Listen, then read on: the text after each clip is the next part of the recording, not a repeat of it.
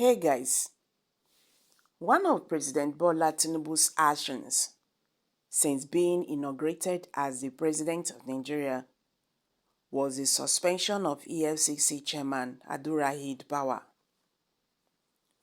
In a move that shocked the nation, the EFCC boss would be invited by the nation's Department of State Service (DSS) with the allegations against him that he had abused his office.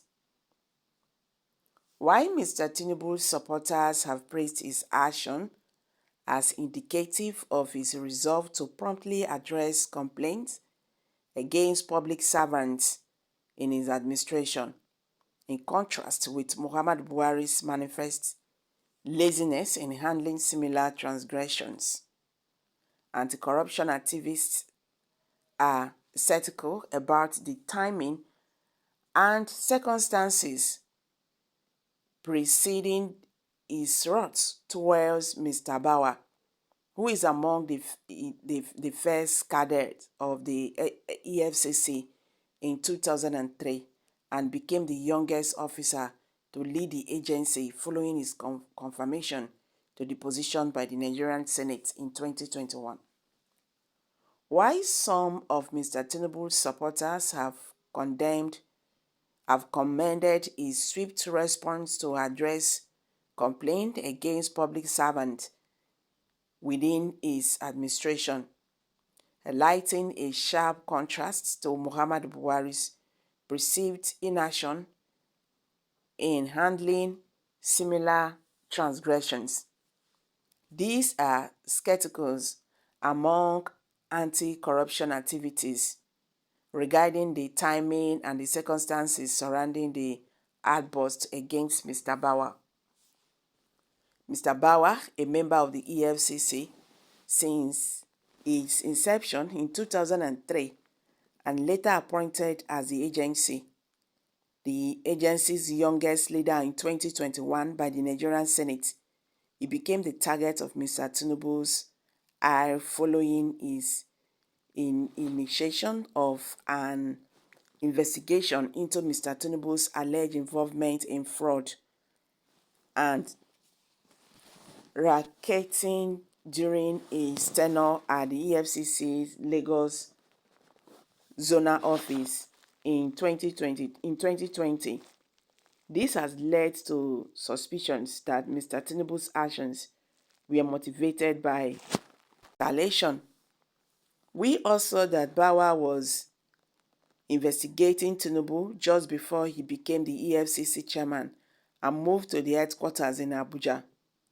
Anti-corruption analyst Sola Olubajo said, the president being so prompt in removing a man that investigated him strips him as too convenient.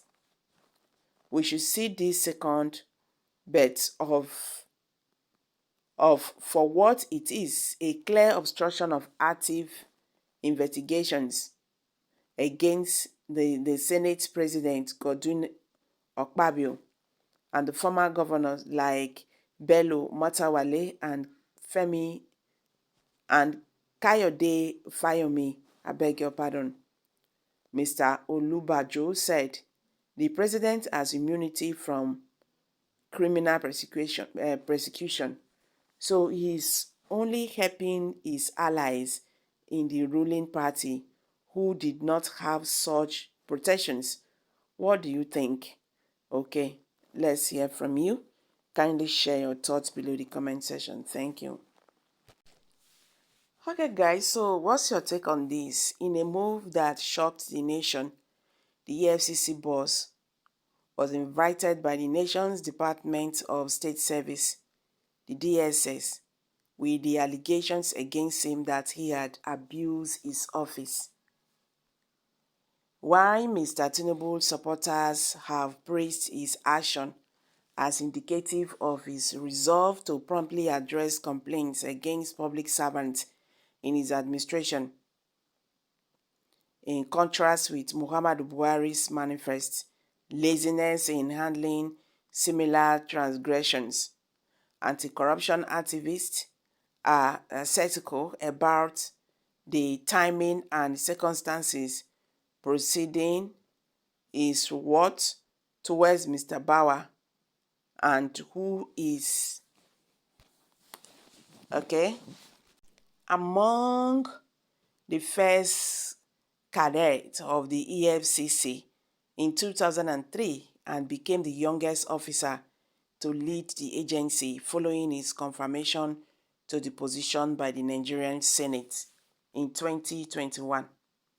While some of Mr. Tinubu's supporters have commended his swift response to address complaints against public servants within his administration, highlighting some contrasts to Muhammadu Buhari's perceived inaction in handling similar transgressions, there are skeptics among anti-corruption activities regarding the timing and circumstances surrounding this outburst against Mr. Bauer.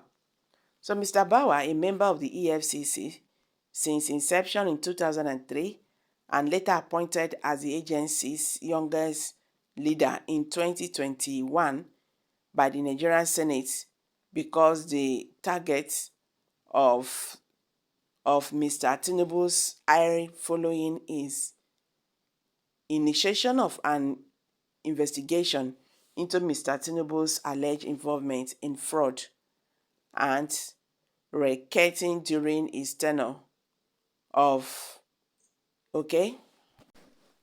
at the EFCC Lagos zone.